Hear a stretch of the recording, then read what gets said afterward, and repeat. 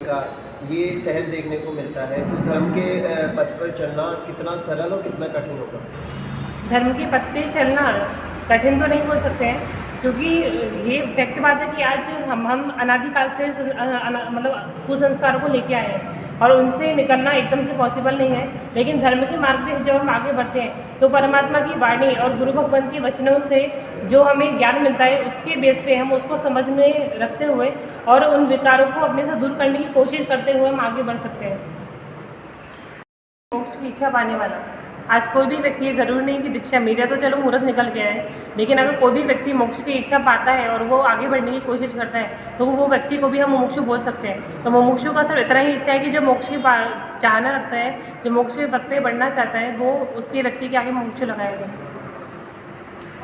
सही है अपनी परिवार का माहौल। तो जब आपको ऐसा वैराग्य सा प्रतीत हुआ, अरिहंत के मार्ग पर चलने की इच्छा हुई, तो अन्य से कैसे अलग महसूस हुआ आपको कि मैं अन्य बालिकाओं से या साथियों से अलग कर रही हूँ या अलग हूँ या मेरा रूट अलग हो गया है? जैसा अन्य बालिका हैं जो पढ़ रही हैं, आगे पढ़ रही, उनकी शादी भी हुई और आगे परिवार के साथ भी हुई, तो उनके साथ आपका अभी मेल मिलाप अंतिम बार कब हुआ था जब आपने सहेली से फ़ोन करके बात की? मैं फ्रेंड्स के साथ कॉलेज में थी वो टाइम पे, जब साइड जी इधर पर जा रहे थे तो तभी मेरा ज़्यादा कांटेक्ट था। उसके बाद मैं मतलब मेरी ही दुनिया में अंदर चली गई, बाकी मेरा बाहर से इतना कांटेक्ट कम होता था, फ्रेंड्स के साथ में जाना आना कम होता था। सिर्फ धर्म के मार्ग पे मैं आगे बढ़ी, उसी को लेके पढ़ाई किया और बहुत सारे फ्रेंड्स भी बने। लेकिन धर्म के क्षेत्र में मैंने बहुत सारे फ्रेंड्स भी बनाए, ऐसा नहीं है, क्योंकि कल्याण मित्र जैसे कहते हैं ना कि संसार में आप रहो तो आपके मित्र बनते हैं, लेकिन धर्म के क्षेत्र पर अगर आप जाते हो तो वहाँ पे कल्याण मित्र बनते हैं। तो ऐसे मेरे जीवन में बहुत सारे कल्याण मित्र मुझे मिले जिन्होंने मुझे बहुत सपोर्ट किया और मुझे इधर तक पहुँचाया। जहाँ आपने जन्म लिया और हर जन्म में नाम हमें मिलता है, इसको हम नामकरण संस्कार भी कहते हैं। बचपन से आपका नाम आपके माँ बाप ने दीप का रखा, क्योंकि आप जैन धर्म से बिलोंग करते हैं, इसलिए पूरा नाम आपका दीप का जैन होता है। अमूमन हमने देखा है जहाँ हम जैन साधु से मिलते हैं तो उनके पूर्व के नाम में और नए नाम में अंतर होता है।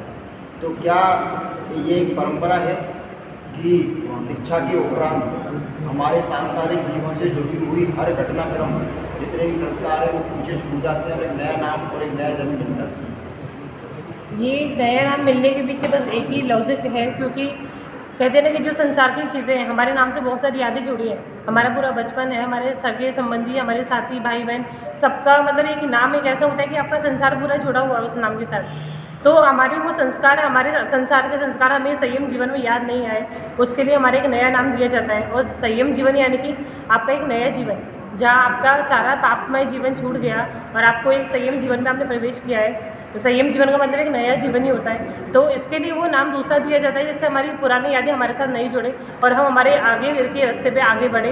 तो इसके लिए सिर्फ एक विधि है कि आपको नामकरण किया जाता है। इस नामकरण की प्रक्रिया तो केश लॉन्च का मुख्य इसका कारण क्या है जैन धर्म में कि हर 6 महीने में साधु साधुओं का केश लॉन्च किया जाता है? केश लॉन्च का मेन तो है कि देखिए, एक विधि है, परमात्मा ने भी अपना केश लॉन्च किया था, लेकिन दूसरा ये भी है कि आप केश लॉन्च, आज महिला की सबसे ज़्यादा सुंदरता किसमें है? केश में ना।